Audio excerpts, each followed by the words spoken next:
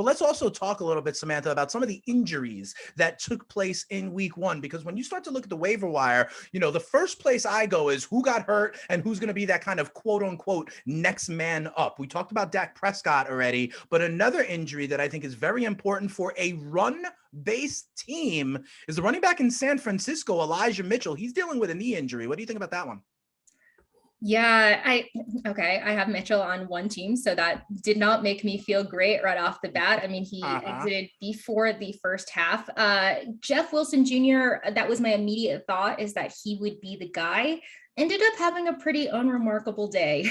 I mean, in a game that really did favor the run, 9 carries for 22 yards. I mean, the best running back was Deebo Samuel. I mean, Deebo Samuel is great, so I'm not taking anything away from him, but Tyrion Davis-Price ended up being a healthy scratch in week 1, too. So, I mean, it was like, this was the perfect opportunity for Jeff Wilson to kind of take over.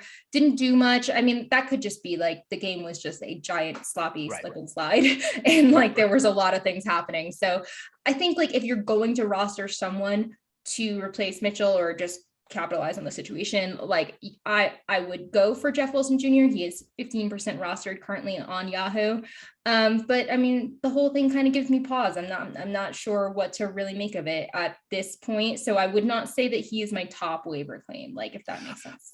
I agree with you, Samantha, because, and you spoke to it a little bit when you brought up Deebo Samuel. Okay, their run game, the San Francisco run game is not just running backs. You talk about Deebo Samuel, Brandon Ayuk. Can I get Ayuk? He got some carries as well. And then, of course, Trey Lance leads them in carries and in rushing yards. So when you have that kind of herd mentality in the run game to try to identify one player that you're going to insert in lineups, I'm with you, Samantha. I would take a kind of wait and see approach to see what happens in the run game in San Francisco. Another injury that I think is very important is Keenan Allen. Keenan Allen left the game with a hamstring injury. Now, I know everybody is trying to get whatever shares of the Chargers pass attack they possibly can. So could a guy like Palmer, who was, on a lot of people's radars, having kind of a training camp buzz, could that be someone we go to, especially because the Chargers have a tight turnaround playing the Chiefs on Thursday night?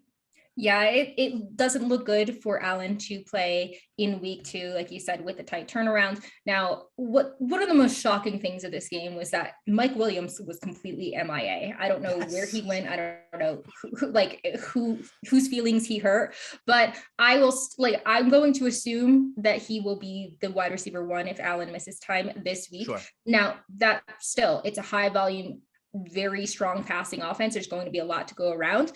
I love Gerald Everett as a potential type guy to add this week, especially if you're just like tight end needy.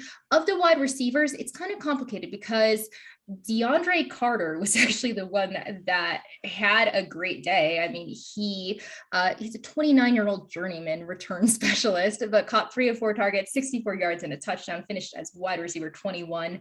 But then it was just spread around. I mean, Carter tied a whole bunch of other guys with 4 targets. So it's not like one guy was like super dominant. Now, Palmer also saw 4 targets, but very quiet day. So, I mean, I think both of them are worth thinking about, but I don't know that I would really trust Palmer or Carter in your lineups unless you're in like a dart throw situation. Now, I will say, like, for DFS, they're probably going to be pretty good plays. So that's where I would think about them. I'm not sure I would feel comfortable plugging them into like a wide receiver 3 spot.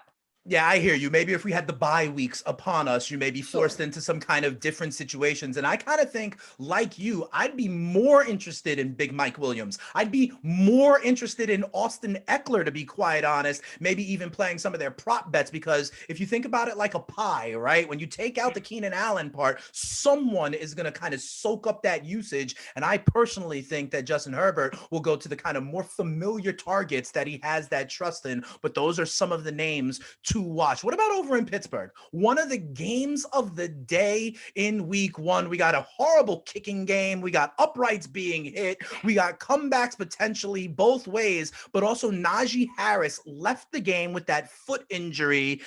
He did not come back, and they went to kind of the backup for the entirety of overtime. Naji Harris, in terms of like percentage of offense last year, was one of the biggest guys in all of fantasy. Trust me, I know, because I had him on a ton of rosters. What does Pittsburgh do if Naji can't go in week 2? Does this become like Mitchell Trubisky putting it up 45 times?